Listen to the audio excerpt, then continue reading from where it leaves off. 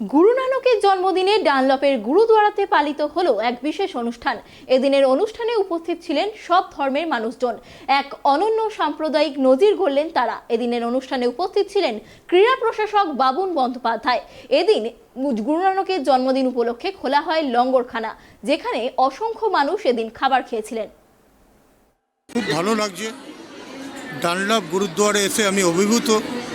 Even গুরুদ্বারে সমস্ত মানুষেরা যে এত সুন্দর একটা কাজ করে সেটা একটা দেখার মতো। দেখতে পাচ্ছেন সারা পশ্চিমবঙ্গের ম্যাক্সিমাম জায়গা থেকে গুরুদ্বারে, সমস্ত গুরুদ্বারে মানুষ এসে আজকে গুরু নানকের বার্থডে পালন করছে। আমিও হ্যাপি বার্থডে পালন করছি গুরু নানকের আজকে ডানলপ গুরুদ্বারে এসে। আমার খুব ভালো লাগছে। আমি মনে করি আমাদের মুখ্যমন্ত্রী একটা জিনিসই চায় যে বাংলার মঙ্গল হোক, আর গুরু নানক বার্থডেতে আমরা চাই সারা ভারতবর্ষের মানুষরা যাতে ভালো থাকে এবং সুস্থ থাকে। সেই দিকেই আমি চিন্তাভাবনা করেই আজকে গুরুদ্বারে এসে চিন্তাভাবনা করলাম সবার যাতে সুন্দর ভালো হোক এবং সবাই যাতে ভালো থাকে। हमारे जो गुरु नानक देव जी है वो जात पात या स्टेट का कोई मतलब नहीं रखा उन्होंने। वो इंसान को इंसानियत, सबको इंसान समझते थे।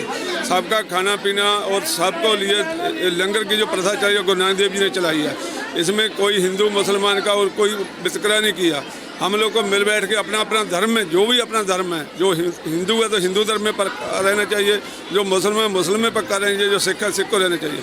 किसी का धर्म का ऊपर वो कुछ नहीं किया। धर्म में वो बोलता अपना धर्म में पक्का रहो, सबका सदस्य है नाम जब वो बांट सको। সবাইকে গুরু নানক বার্থডে শুভেচ্ছা। অনেক মানুষগুলো সব এখানে এসে গুরু নানকের একটা সন্দেশ।